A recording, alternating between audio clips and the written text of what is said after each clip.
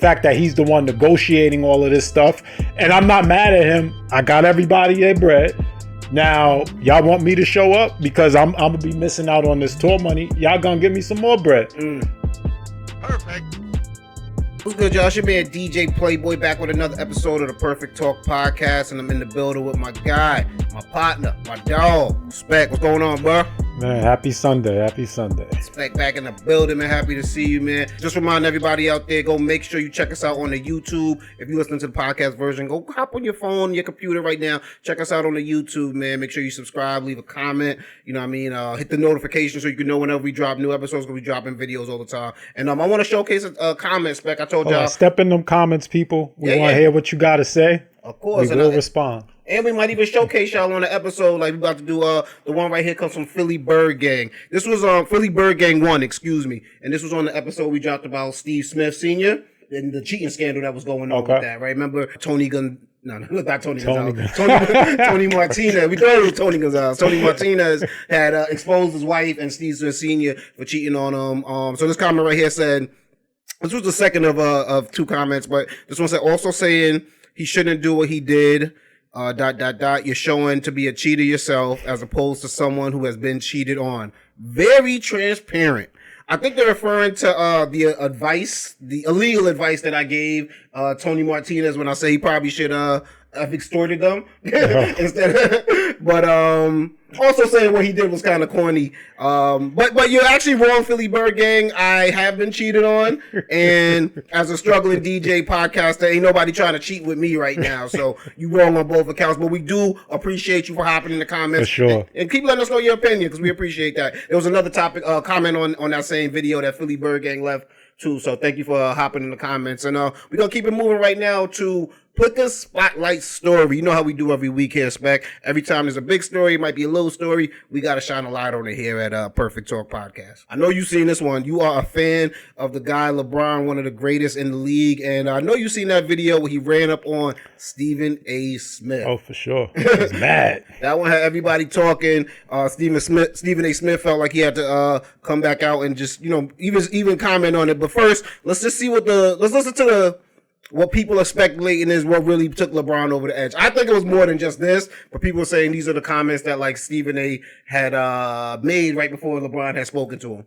I'm really, really trying to be as respectful as I possibly can be towards LeBron James. One of the top 2 or 3 players in the history of basketball, number 2 in my eyes. I am pleading with LeBron James as a father. Stop this. We all know that Bronny James is in the NBA because of his dad. We love what we're seeing from him in the G League because that's where you belong. As you hone your skills and you get better and you legitimately earn, which I believe he has the potential to do, I am rooting for Bronny James. But right now, Bronny James is averaging 0.3 points, 0.3 assists, and 0.4 rebounds. How are you doing him favors? We know that he's not ready yet. So yeah, those are pretty much the comments that people believe Stephen A. Smith made right before LeBron had to press him. And then obviously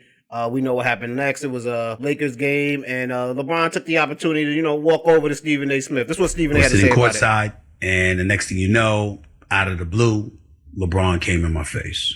He approached me during the game. And he said, stop effing with my son. That's my effing son. Stop effing with my son.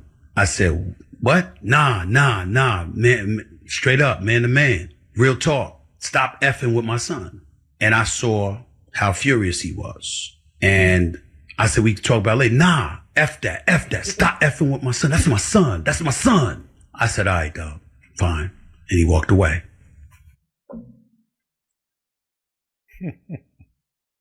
Like how you eyeballs the dude filming him.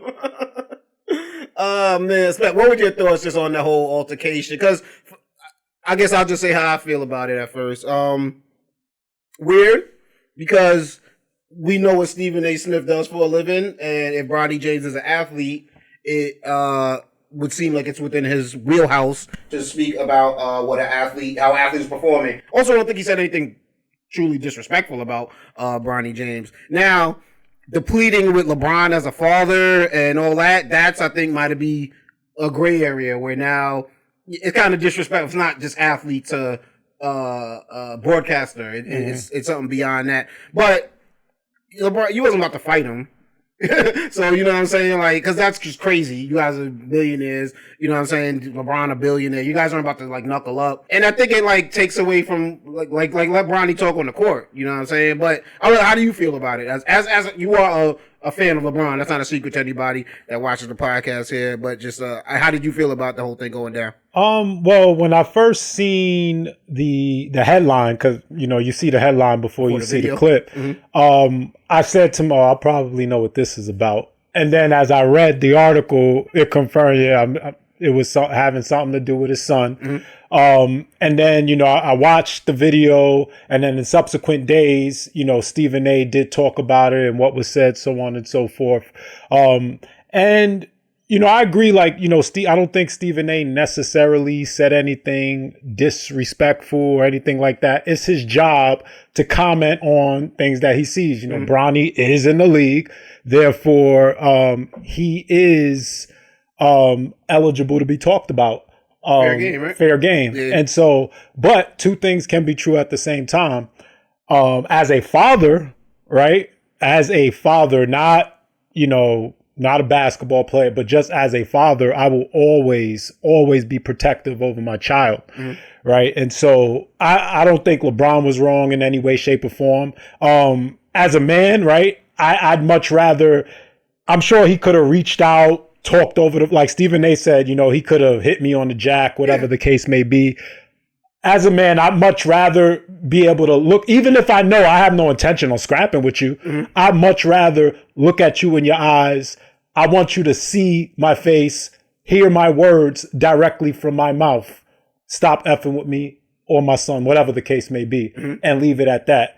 I didn't have no intentions on scrapping, but man to man, I want you to look in my eyes. We're going to have a face-to-face conversation, not over the phone, not via email, face-to-face. And we'll leave it at that, And so, like I said, two things could be true at the same time. I don't think Stephen A was wrong for what he said. And I don't think Bron was wrong for the way he reacted. Now, I will go on to say, I think there's a little more to it than just that one James, right? Comment. I do think on a deeper level, LeBron, to a certain degree, on the conscious or subconscious level, respects Stephen A and his platform. Okay. And given who Stephen A is and his platform, I think that's what bothered him more than anything else. Because if I said that, right, if I came on the podcast, LeBron, please, LeBron ain't paying me no mind. You probably don't get, but it's because of who said it. I think and at the end of the day, Stephen A has long been, I'm not going to say a critic, because he's always, for the most part, given LeBron his flowers after MJ. But I do think there's always been just a little bit of, maybe contention there. Hostility, right? Yeah. And so now you have words, like, it seems personal words about my son, because you're pleading to me, LeBron, please, as right? The GM versus just us having a general conversation. Now I feel like you're speaking to me, so now I have to speak back to you.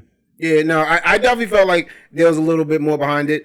Also, I feel like you could have went about it a different type of way. Like, you knew that was in front of a bunch of people. You wanted people to see it. It wasn't a heat of the moment type thing. You thought about that, and that was something you wanted to do for a while. And this was your opportunity to do it. Yeah, like I said, he knew, like, he had something to say to him, but I don't feel like talking on the phone. I don't feel like hitting you up via email. So at some point, you're going to be at a game. I'll wait for my moment. Yeah, so, like, what do you think the general perception of Bronny James has been? Because from my standpoint, I feel people have been respectful, maybe even out of reverence to LeBron. I'll say, people with credibility. Obviously, there's always going to be people, hecklers or something like that, or they want that have something just to have a headline, or right? Like so that. Outside of that, yes, I think they could be a little bit, if they wanted. If it was not LeBron's son in the same position, they probably would view this a little way and report it a different type of way. But because, and this is the perception I get, because it's LeBron's son, we know this is a goal of not only LeBron's, but obviously nepotism may have played a factor in it, but it's kind of like, we don't care. Like I'll say people who don't really know the game, they may have a little more to say that may not necessarily be on the favorable side, because all they may be looking at, oh, he's averaging 0 points on point, 0 point, right? And not even paying attention to what he may be doing in the G League. Yeah. So I do think overall, people do understand, while Bronny can ball, he has talent, he's like with the right training and experience, with time. JJ Redick as a coach. Right. He may be able to make it. Right now, the G League is where he belongs. Well, I guess where I was trying to go with it is like, since I feel the general perception has been mostly respectful, if not reverent, of who LeBron James is, I feel like Stephen A is kind of like a voice out the crowd that's speaking more from a realist standpoint. Like, yo, y'all see the same thing I'm seeing. I ain't really got none. I just got 100 million from ESPN. I'm gonna say how I feel and just say it. And I feel like because of that, maybe it seems like more like hate as opposed to just someone being honest. You know what I'm saying? Yeah. And from LeBron's standpoint, he's like, well, everybody else ain't reporting it like this, so why, you know what I mean? Why do you feel the need to do that? Whereas I'm, as an outsider just looking in, I'm like, well, Stephen A is just keeping it real. Is what he and gets again, paid it's his platform too. Yeah, like exactly. Stephen A is Stephen A. And so, like I said, if I said it, no big deal. Yeah. So who's saying it matters at the end of the day? I don't like that just because there's a hood element of like, you pressed him. He even calls Markieff Morris over, like before he walks over there. So I'm like, yo, I'm about to go over there. Like, what was about to happen? Like, security's everywhere. They wasn't about to get crazy. Mm-hmm. It has that look of like an altercation between two black men. That's the part about it where I'm like, y'all could have did this. No one could have seen it. It didn't have to come across like that. But other than that, LeBron didn't put hands on him. Stephen A could have actually, knowing so many people were watching and that could have acted real ignorant in that moment. And he didn't. He held his composure and handled it on his platform in a way. So I'm glad it didn't escalate, but it could have. In the perfect world, it could have been handled better for sure. I won't say that. Like, and I want to see Bronny James stand up for himself. If you already have the optics of looking like a little boy. I mean, but what was Bronny going to do? I mean, play. That's all he can do. Yeah, just play, right? I mean, are you going to like attack every news reporter that never played ball and never had? As a parent, that's not the right thing to do. Yeah. What's not the right thing? What LeBron did? No, to just like always fight your kids' battles, right? That we obviously know that's not the best thing to do, but it doesn't stop you from having those feelings. That's your child. You just feel overprotective of your child.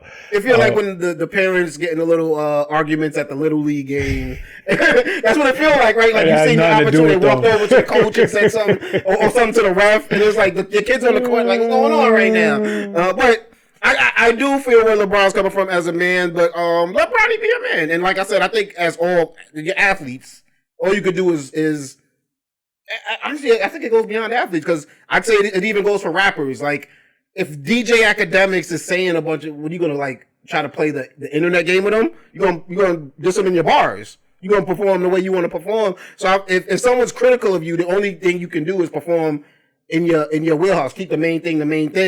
And win that way. Right. As another number one album, what they gonna say to you? You know what I'm saying? Bronny James gets most improved player. That's when you got your gloat moment, or you make a little funny like internet post. But to do it like this, I feel like it's like, well, what are we doing here? We're asking a man not to be honest about what he's saying, and he just got paid a nice little chunk of change because he says it as he sees it. You know what I'm saying? Shout out to Stephen A too. He just got a nice little contract from ESPN. So I like seeing that, man. Like, I'm not a big fan. I used to watch a lot more of sports television like maybe 10, 15 years ago. I watch more television in general. I don't do that as much anymore. I don't really need to see people talk. I'd rather watch a game. Right. I don't really care for seeing people talk about it, but that don't take nothing away from the greatness of what Stephen A has done. And I like the fact that he was like, oh, sports is popping. Well, let me pivot and start my own podcast outside of ESPN, where now I can talk about politics. And it's in the atmosphere now, like, yo, Stephen A can make a run for president. You know what I'm saying? That's like, you know what I mean? People are like chirping about that. Like, real media publications are talking about that. I think because he has that platform now, and now he can hop on Fox News and hop on the CNNs whenever he wants to make an appearance. He also could talk about Kendrick and Drake, because now he has that freedom. It's not, he's not limited to sports. So that's a nice smart pivot right there, I think, in terms of, just keeping yourself, just being able to be, show your various skills. You know what I mean, and not be boxed in.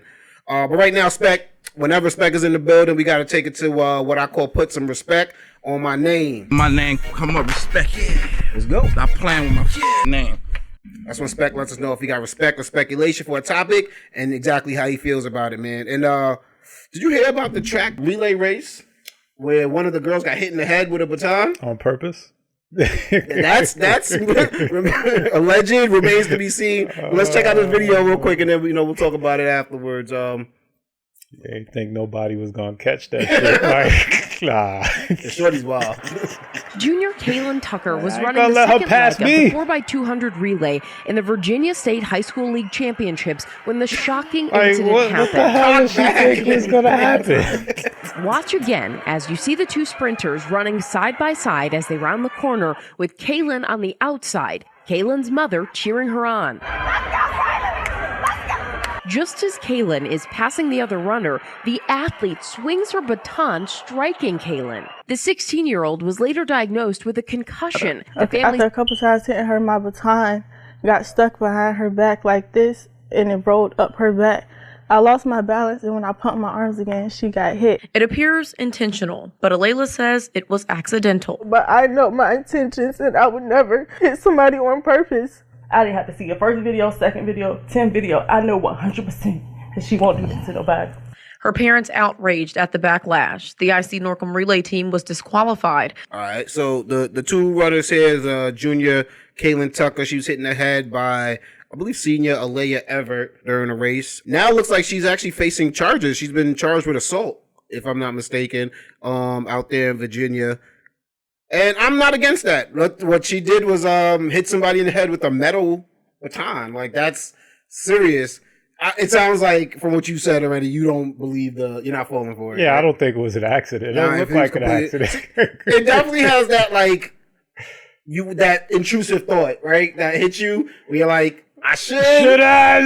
And she did. Most people just talk themselves out of it, you know what I'm saying? And she just went for and that's nuts. I'm running fast. I ain't gonna be able to see it.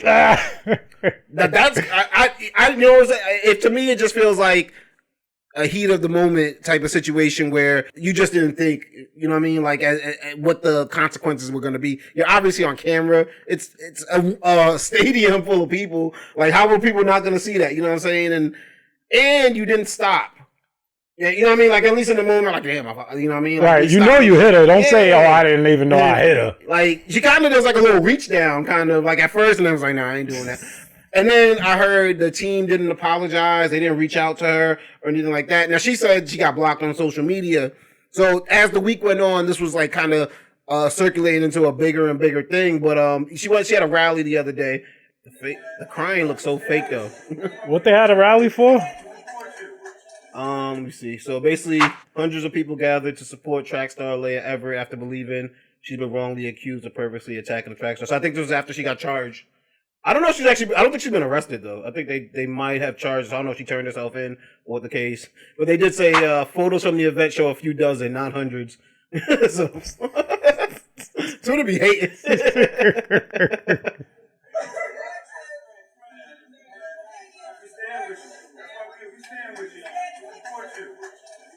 Thank y'all for supporting me.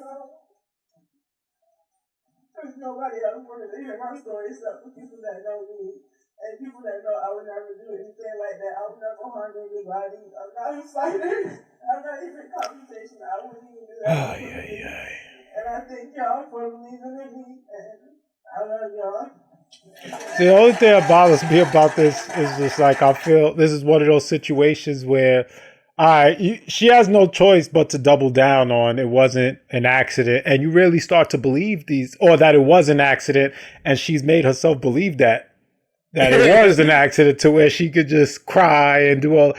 It was not an accident. I'm sorry. It wasn't at all. But even the excuse of like it got caught up in my back and we were hitting elbows. If you was genuinely sorry, like she was clearly, you seen that the girl stopped and she was clearly you would have like I can't. If it was a mistake too, yeah, I know what you're saying. Like you'd have been like, oh, all right, after the race, like I don't want anybody to think I did this on purpose.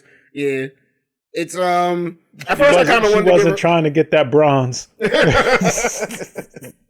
I try to give her the benefit of the doubt and be like, she's playing to the whistle. She was like, they tell you don't stop until you hear the whistle. But after the more and more I watch the video, it definitely feels like she went out of her way to make that. She knew that was her last chance right there too to make contact with her, and she's like, and now I do feel bad because these are high school kids. So they don't realize if I start running with a lie, how bad it could be. And I kind of feel like by this point, lawyers have told her not to admit guilt.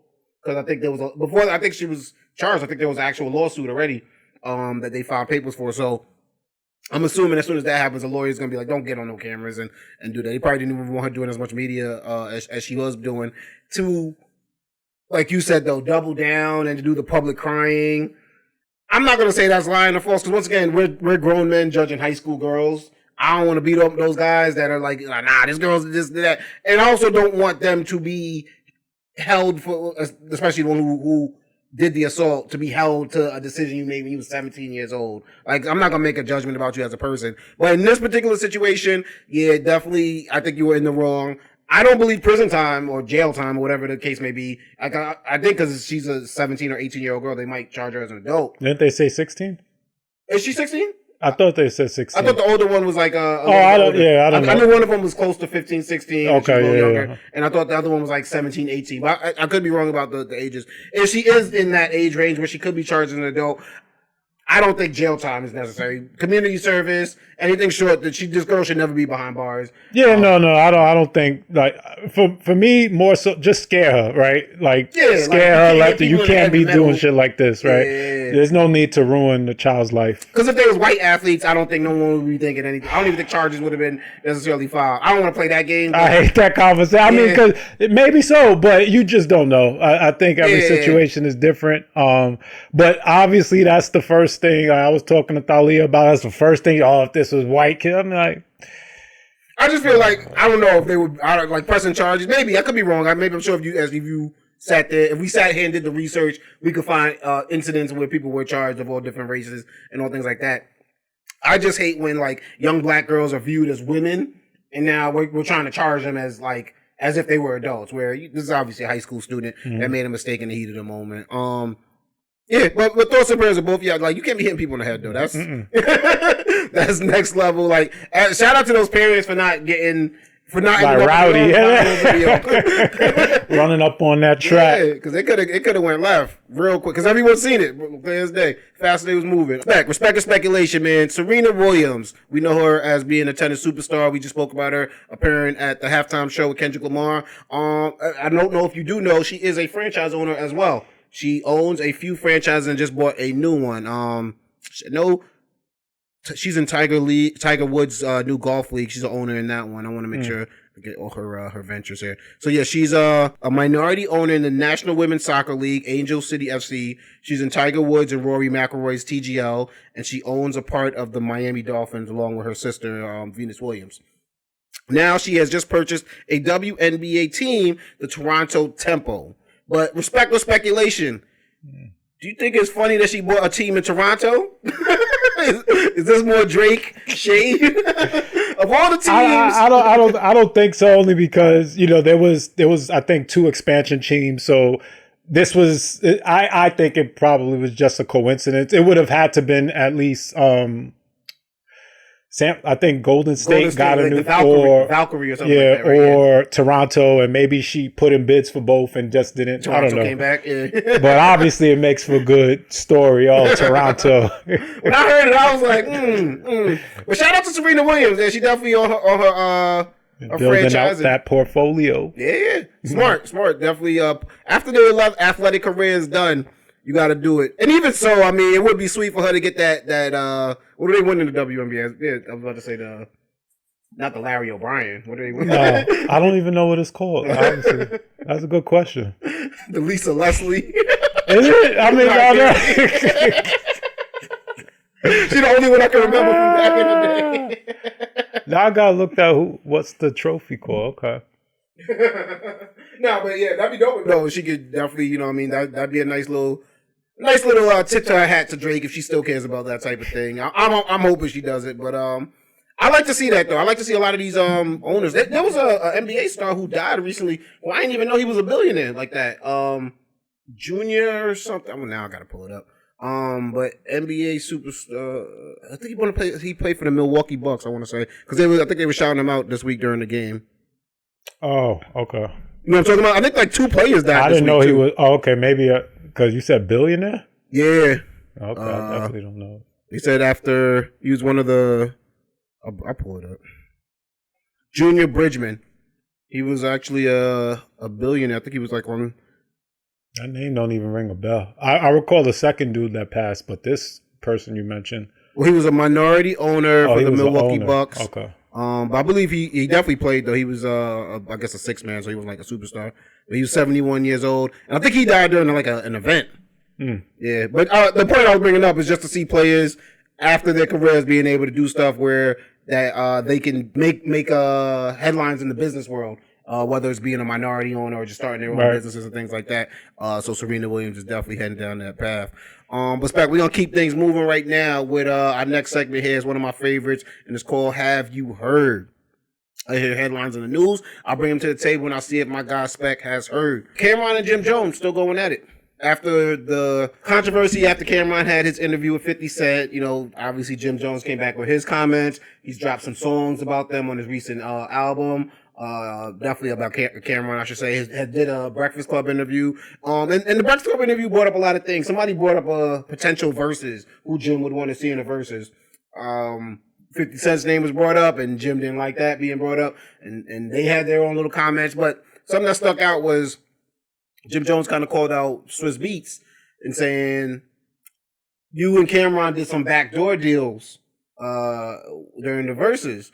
And we didn't get, what he got. Right. And he's like, next time I do something for you, you definitely have to make sure, I'm right with it. So Cameron, I'm not sure if these comments that he made was in references. I think he might have actually just been speaking about the verses, or it could have been in response to Jim Jones. But Cameron spoke about the deal that he did with Swiss for the verses. And I want you to listen to it and then you let me know, respect and speculation. Is this grimy business or is it just being a good businessman? I'll let you, cause that's what Jim Jones said. He's like, if you would ask Cameron, he would just say it's business. You know what I mean? So I had a tour for us lined up for the Locks and Dipset, literally lined up. And it was about, at the time, maybe like $2.5 million, if I'm not mistaken. This was a few years ago. Jim really wanted to do the verses. And I'm like, bro, we can do the verses after the tour. And I got $2.5 million waiting. And that was just for like 10 cities. It could have ballooned up to like $6 million. I got outvoted, Steve. Nobody was listening to me about the tour. So what I said to myself was, I told Swiss and Timberland, I said, everybody got to get at least 6 digits. That's an artist. Got everybody their money. I started polying my own shit. I want the door money. I want stocks and Triller. I want beats from Timberland and Swiss for free. I want percentage of the views that's going to go on. And I got all that too. So it sounds like what Cam was saying was, he negotiated 6-figure deal for all the artists.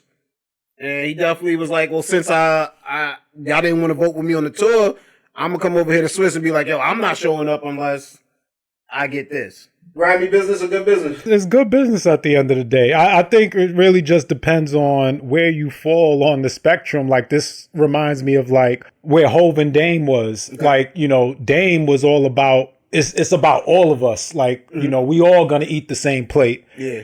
Whereas, Hov was like, yeah, we could all eat, but if I have a chance to get a better plate, I'm getting a better plate. Mm-hmm. And that's what Cam did. You know what I'm saying? I assume Cam may have like the rights to Dipset or something like that, or whatever. The fact that he's the one negotiating all of this stuff. And I'm not mad at him for, listen, I got everybody their bread. Now, y'all want me to show up because I'm going to be missing out on this tour money. Y'all going to give me some more bread. I can't be mad at him for that. It's a catch-22. Here's my thing. As long as I don't, see, when we talk about backdoor stuff, I don't know what their conversations were in terms of Cam and Jim and all of them. If Cam went to them like, listen, I got y'all bag, just so y'all know, I also got I got A, B, and C for myself. Mm-hmm. As long as he was transparent about it, there's nothing wrong with that. I have a feeling he wasn't. Huh? I have a feeling that he wasn't, just because of the way that Jim responded about it. But I think it's hard to be, because let's just imagine ourselves in these situations.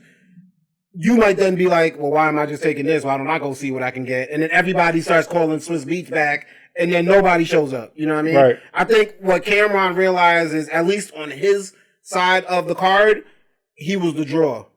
And he used that as leverage. Because Jim Jones and Joel's and Freaky Zeke could show up, it wouldn't feel the same. Right. But Cameron and Jimmy could show up, and it's Dipset. Joel's and Cameron could show up, and it still kind of feels like it don't feel complete. But it feels the common denominator. Cameron has to be, and I think he was aware of that. Was like, well, add that plus y'all just made me y'all outvoted me on this tour, which is not bad. I mean, think Kelly and Michelle ain't gonna get the same price as Beyonce. And I think in groups, what you said was great though about the transparency, because now it's all out in the open. Y'all know I'm the draw. Everybody, and then what y'all gonna, you know what I'm saying? But I think in his views, then Jim Jones will call and be like, I sold this many records, why don't I get da. And Joel's can say, well, I have a hit single back in that, why don't I get this? And then the Lock side might start doing the same thing. So I can see why it's hard to, it's funny because they'll be like, the music industry's grimy, but it's like, you kind of got to get what you can get. Now, Cameron might have been like, I'd rather go to all them cities and get what I could get from that and get the glow that I'm going to get for that. So since we're not doing that, I got to get all that in one night. Right. And do that. I don't think it's grimy business, as long as what you said was as a team, if we don't have to discuss every move we making, but as a team, as long as we know what the hierarchy is, it shouldn't be no face frowning, right? But I think just in general speaking, not only with Dipset, I think that's where the issue lies, is that, everybody feels they're the boss, right? Jim had success of his own. Yeah. Joel's had a little bit. I don't, but obviously, and Cameron is Cameron. And so, while I think they know who Cameron is, I have a feeling, we just as good as you, Cam, and you got to be confident to be a rapper. And sometimes self-awareness is the last thing that people have. It's easy to see what everybody else has, but self-awareness, I think, sometimes is the hardest. So I'm not mad at Cam at all. Jim Jones actually said something in the interview too, where he said something to the effect of like, I think he was talking about the Koch deal, and he was like, I didn't want to negotiate. He's like, I really didn't want to do that. I wanted to be in the studio or be in the streets. And he's like, I trusted someone else to do the negotiating. And I think he was alluding that Cameron had like a backdoor deal with Koch or whatever the label was at the time. But he's like, he at least in that situation had a little bit of self-awareness to say, I wasn't the businessman I was supposed to be. Right. I wasn't doing the paperwork the way I should have been doing it. And that's why certain things were allowed to happen. Where I think a lot of rappers aren't. Right. But yeah, it's a catch-22, and Cameron came out and he showed the text from Jim Jones and everything. Jim Jones actually said he would do it for free, the Verzuz. Because he was just, that's how bad it was, like, you know what I mean? Okay. And I think Cameron read that and was like, hey, well, if you want to do it I'm not doing it for free. Yeah, I mean, even I didn't know about that, but hearing that he wrote a text saying I do it for free. You can't be mad at what Cam got himself. That's a metaphor though, like I think. No, I believe he would have. I believe he would have just for the because you're out there, you're getting shine. You can then turn around. Your music has a bump and monopolize off of that. Yeah. So, the fact that you're doing it, maybe he ain't even have nothing else going on that night. So I'll do it for free. I'm showing up, all of that. So, it's the difference between doing it for the culture, whereas Cameron's like, I got to get my bag. Like, I'm just good business. They just have to understand each other. And like, we ain't tight like that. This is business. Yeah. And, I'm going to get what I'm worth. You're going to get what you're worth. And you got to be all right with that. And I don't think there's anything wrong with that. I think where they say like don't mix business with friends and family. I think if everything isn't upfront and everything, but I think as long as people know, like, and I think I've worked in collaborative efforts with a lot of other people. I've known when I'm doing 75% of the work, and I know when I'm doing 25% of the work. And there's no way I could do 25% of the work and honestly look you in the face and say, give me 75% of the money. Right. And I think as long as people understand that hierarchy, now when people don't know what people do, I think that's when it's like, well, what is it that you're getting paid for? Why am I splitting the pie with you? But I think as long as people know what their roles are, I think everything can work. And I think a lot of these friendhood situations, I would say hood. Just I think it beyond the hood actually. And anything where it's like a familial, we're not going to discuss all the detailed situations. It's like I think that gets lost, and you got to take the time to like hammer out those details. Yeah, and I truly believe like Jim believes that he's just as popping as Cam on the same level, and so if you truly believe that, then you're really gonna feel like what he's doing is effed up. Yeah. Yeah, I wonder. Yeah, I'm trying to. I can't even dispute that he's not, but I'm sure in his world it's got to be even more amplified because people are coming up to him. You see, so well, yeah, in his mind, like if I had to look at it from the outside, I would just say he's not. He's not. I do think Cam is the draw. Cam is the slightly bigger artist. You want to talk about? You see, I don't even know about catalog because. So for right now, we know Cameron for it is what it is. That's the what Cameron does. That's what Cameron does now. Now, whereas Jim Jones is still doing rap, right? And I think in his mind, he's like, I'm still keeping us alive in the rap world. You know, you might still be having us popping in some. And Jim, if you look at sales, I mean, he made just because of what Ballin did, it not be far from Cam, right? Just off of that 1.5 year stretch that he went on, If he is close to Cameron, not because of just balling, quantity over right? Because he's always constantly. So I think putting out music. Even if all of those, let's just say gold isn't bad, but let's just say for the sake of this conversation, say all of them went gold, it might add up to what Cameron sold with his fewer albums. So yeah, it's hard to. It really takes a lot of. I think the groups that you see that last the test of time, they're aware of. I just come to play the drums. Like I'm not trying to be the organizer. That Wu-Tang works because RZA is known as the organizer. I think it's not everybody trying to do what RZA does, and by him just being that one and then keeping good relationships with everybody, I think that's what brings everybody know their role, and it works. I don't think it was always like that. It took time for them to get there, but they're able to still go on tour now or just do a residency because of knowing the importance of having a central leader. I think in their situation. Look, have you heard? Southwest ain't doing the free bags no more. Oh no! That's one of your favorite airlines, right? One of my favorite airlines. Southwest will start charging for check bags for the first time in 50 years. People have been complaining about the loss of these free check bags, but however, Southwest shares have jumped up this week after they announced the fees. So. They're having a good week stock-wise, I guess. But people are not happy about that. And everything's going up nowadays. You see eggs going up and the grocery tariffs on everything. We heard that word every other day. Southwest is like, we're not going to be left out. Yeah. we're gonna, you know what I'm saying? We're going to show some shrinkflation right now on y'all too, man. But yeah, that has to hurt as a loyal Southwest customer, man. Yeah, I mean, it's because bag fees ain't cheap. I think on average, bag fees are like $40 or some shit like that. So it can get costly. Yeah, no, it's I'm surprised. That was their like draw. That was one of their things that I think people had them. But yeah, everybody's got to find ways to make money nowadays. So I think that why they ended up doing it, and it took them a while because they've been talking about doing this for like 3 years now. Oh, really? And they finally pulled the trigger. And I think the reason is because they know the people who F with Southwest are still going to continue to F with Southwest because they're not changing their fare prices. They're just making you pay the bag fee like every other airline does. Yeah. And so nobody, for the most part, people aren't going, now I'm not traveling Southwest because they're making me pay for my bag because all airlines make you pay for your bag. Exactly. So everyone else. And I've heard people like Southwest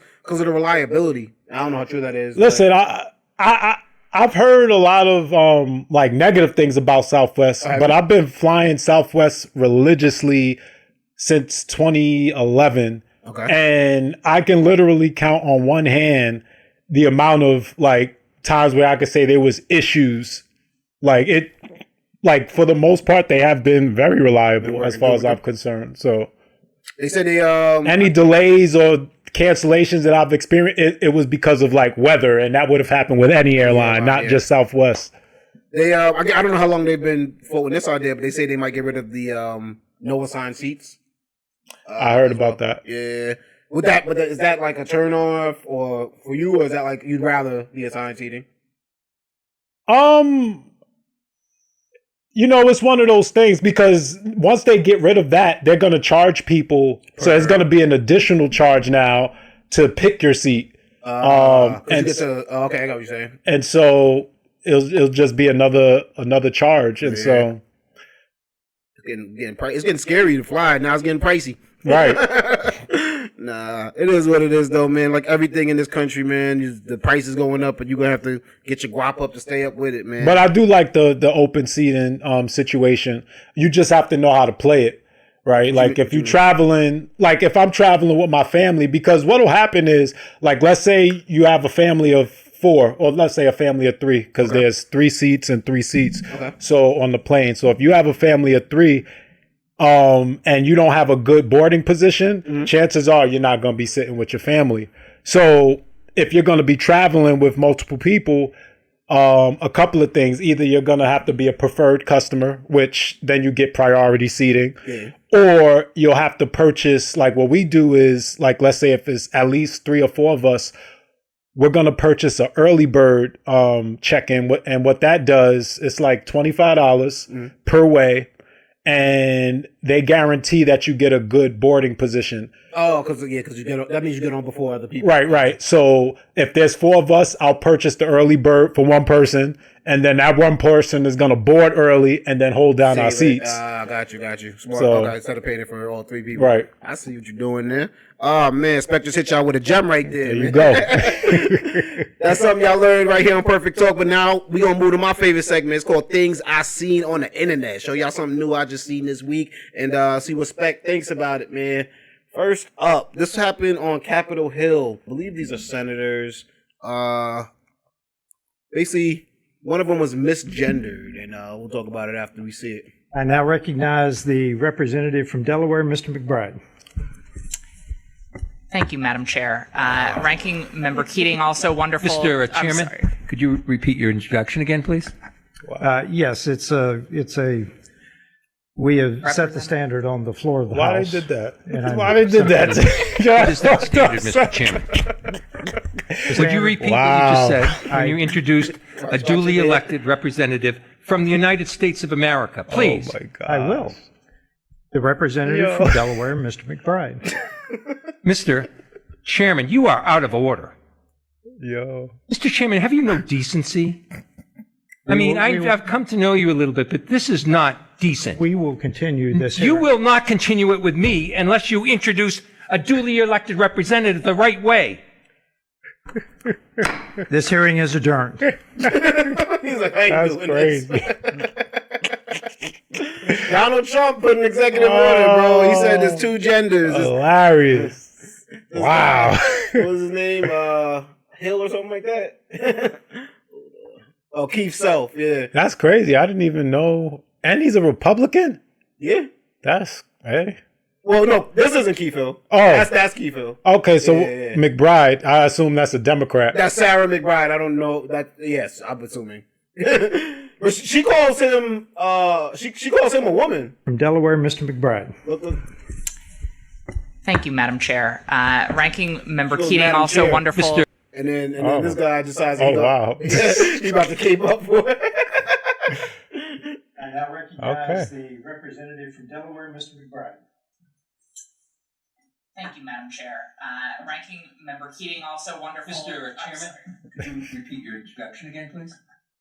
Yes, we have set the standard on the floor of the House, and I'm simply. What is that standard, Mr. Chairman? He's a Democrat. That guy. Could you repeat standing what up you up. said when you introduced a duly elected representative from the United States of America? Please. I will. The representative from Delaware, Mr. McBride. Mr. Chairman, you are out of order. Mr. Chairman, have you no decency? I've come to know you a little bit, but this is not decent. We will continue this. You will not continue it with me unless you introduce a duly elected representative the right way. This hearing is adjourned. I don't know who Sarah McBride is. I think I heard when she got elected. I'm not gonna lie though, like Sarah McBride might be fooling some dudes. Like they might think that's an actual woman. Oh, of course. So I think Keith Self is like, I gotta look out for the homies. I gotta make sure there's They ain't fooling us. So one of his homies came up, yo, you seen Sarah? He like, nah, we ain't doing that. Y'all gonna know about Sarah today. I mean, what he did was very immature, obviously, but then like I'll give him a pass because I won't even say it was immature. He's just listening to his boss. Like his boss set the rules, so he said we set the standard. He tried to play that card. Damn. I'm giving Keith Self the pass. I think he was like, yo, this dude fooling dudes, and we gonna have to let y'all know, man. But there's a way to be respectful about it, and Keith Self was like, all right, I ain't doing that. Nah. Oh, it's a tough world out there, man. But also, I mean, Sarah McBride has been through it. I think they're trying to like stop her from using women's bathrooms and things of that nature. That's a whole nother story. Yeah, you can find yourself in weird arguments arguing about this stuff. What I've come to realize, and I want who's that? I forgot what helped me to get to this place. It might have been. I think we're going to talk about it actually with Gavin Newsom. But like certain things, it's just like, bro, it's just common sense. Like we just got to come out and say it. You know what I'm saying? And it doesn't mean you hate these people. I think a few years, if you said something that was like a little like, yo, that's maybe we shouldn't do that. Maybe we shouldn't have drag queens reading to kids in school. It's like, whoa, are you against that? I'm not against them at all. I think they should have the freedom. This just doesn't make sense. Mm-hmm. And I think so many people were afraid to start speaking up because now it looks like they're quick to say you're phobic, whatever, insert word before it, homophobic, transphobic, this, that, and the third. And it's like, no, just because I can disagree with you and still not want people to hurt you and still not think that your rights should be trampled on in any way, shape, or form. I'll pose this question for you, playing devil's advocate. Then, I mean, if you're not phobic or anything like that, what's wrong with it? In what particular? Well, so like when we talk about athletes, like we'll do the athletes thing. Well, that's too easy because still people get controversial about something where we like this is common sense. Well, I do think the athletes thing that is common sense because there is a clear disadvantage. Yeah. Now, when we start having the conversations about like let's say the transgender or the drags reading the books to kids in school. Yeah. Right? If we're not phobic, like transphobic or anything like that, I don't know if that's a word, but I just made it up. Then what's wrong with it? Why? I don't see the purpose of it. It's not like if there was like, well, we're having, and I'm not even against or for. I don't even think I have an opinion on this, to be honest with you. I just think it's weird. It's just because to me, I'm looking at it I see it on the news report, and I just see it and I'm like, what's going on here? There's a visual of it. Now, if you told me there was a benefit to it, like now they're teaching acceptance in some way, shape, or form, I guess that's the way to do it. It's the same argument I have is like, well, why are we getting clowns to come to the school to teach them math?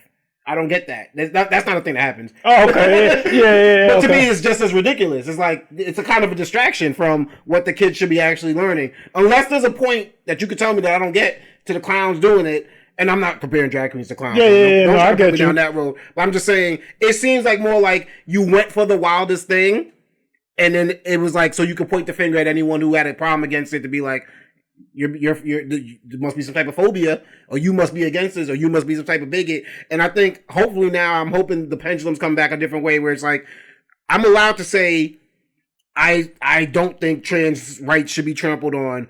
But it does make me uncomfortable to know that my daughter might be playing against somebody that was born as a boy. I don't think we can talk it out. Mm-hmm. But don't try to like make a judgment of me just because I have this opinion. Because I don't think we're all, I'm not 100% on anything. Right. I hear you. Yeah, and I think for a little too long. Now, like I said, what he did was corny. He definitely was trying to make someone feel uncomfortable in a public setting. Right. And that's bullying, what he just did. But in a better way, you can have a conversation about why this makes him uncomfortable and why then maybe they come to understand that the way he's going about it, we're never going to get there. Because you see what she did, she came back with a jab on her own about his sexuality or his gender, so to speak. So it's like, we're never going to get anywhere doing that. But it is the climate that we live in now because the next video don't get no better, man. Your boy Trump, he had the joint session. And people was... yelling things, walking out, doing all types of shit. So Trump, you know what I mean? He has some bars in there. He has some bars in there for the Dems. And this one was stood out to me. No security, with no anything. He's talking about Ukraine and all the Democrats started clapping. Jay getting pissed off. Tight. Do you want to keep it going for another 5 years? Yeah. You would say Pocahontas says yes. Oh boy.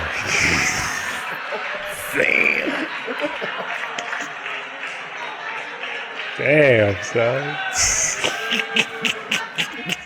2,000 people are being killed every single bro, I don't even think that made the news. I didn't even hear about that. That's crazy. That's how regular this is. This shit is. My man just called up Pocahontas in a joint session. Hey, that's crazy. I didn't even hear that. Yo, when he says, he goes, y'all want to keep it going another 5 years? It reminds me of like a teacher. You can see he getting annoyed. Do you want to keep it going for another 5 years? Yeah. You would say Pocahontas says yes. Yo, he's a wild boy, bro.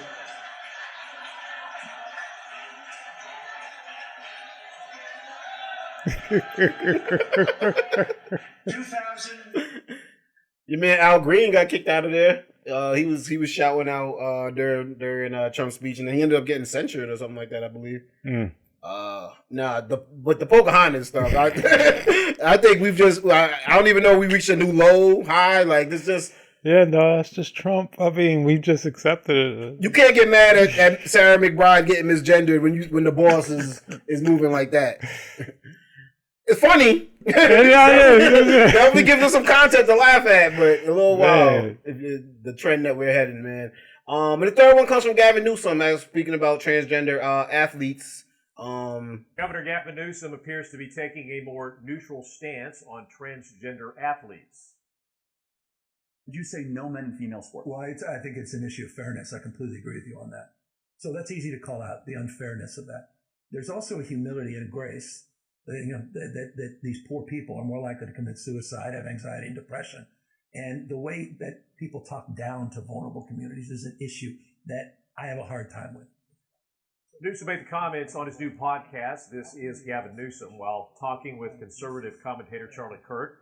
The topic came up as Newsom is showing signs of setting himself up for a 2028 presidential run. He asked Kirk for advice, to which he was told to take a more middle ground stance on issues. Newsom did make a broader point that there are very few transgender athletes competing in high school level sports. No, I respect that right there. Like, definitely, people were like, "Oh, he broke the party lines and he's stepping out." It's like, wait, what did he say that was wrong? He said that there's an issue of fairness. Like most Democrats are just like, they won't speak out about the transgender thing, or they'll kind of like act like it's not an issue. He's the first that was really to come out and be like, it's unfair for transgender athletes to be competing against girls. Like that's I mean, and he also said like, that just overall there's an issue of. I think he said like speaking down to like vulnerable communities or some shit like because that. Because they're more likely to want to hurt themselves or be in that type of situation. So there's a way, which I like what he did. There's a way to have your opinion without necessarily disrespecting. I didn't have no issue with what he said. I thought it was cool. Yeah, I think that's what Democrats need to start realizing. Like, you ain't gotta try to fit in every box and please all these people. Like, I don't think you're gonna lose a transgender vote by saying that. I think there are transgender people out there who be like, maybe this isn't the fairest thing. Shit, I feel like transgender people voted for Trump. Like he's outwardly like not on their side. Like so I feel like Dems, what are y'all even gaining from it? There's not that many transgender athletes. Like, and but it don't mean you hate transgender people either. Right. It's like you can be honest about this fact and still fight for their rights. Like that's the one thing I think that's getting lost, and I think at least Gavin Newsom is doing it. I'm not saying he's going to be the next Democratic hope, but at least I can see you as a real person. Right. You know what I'm saying? It's like people who come out and be a little bit more humble about things. I respect it. I'm like, oh, when someone shows their vulnerability or they show a little bit of humility, be like, yeah, you know what, that decision I made a couple years ago, that was kind of stupid. I can respect that more than someone who's trying to front like every decision they ever made was right and they never messed up. So it is what it is, man. Shout out to Gavin Newsom. And Spec, that's another episode in the books, man. Thank you for coming out today. Where can my people find you at on social media? Nowhere. You can find your guy DJ Playboy at DJ Playboy on X. You can find me on Instagram at Plickapeezy, PLICCAPEEZY. And you can follow the whole massive on Instagram at Perfect Talk Radio. Also, check out the website, www.perfecttalkpodcast.com, for every episode of the Perfect Talk Podcast. Everything DJ Playboy. And, of course, you can get the merch up there. You know what I'm saying? Get yourself a little mug. Get yourself a T-shirt. Get yourself something like that. You know what I mean? And I got the DJ mixes up there live, too. So go check that out because we back in full effect on the mixing tip, bro. I'm back at it with the music, Spec. And hop in them comments, people. We want to hear what you think. Of course, go check out the YouTube. Like Spec said, hop in the comments. Make sure you like and make sure you turn them notifications on so you can know every time we drop an episode, man. And we're going to keep doing the damn thing over here at Perfect Talk Podcast. Say goodbye to people, Spec. Deuces. Peace.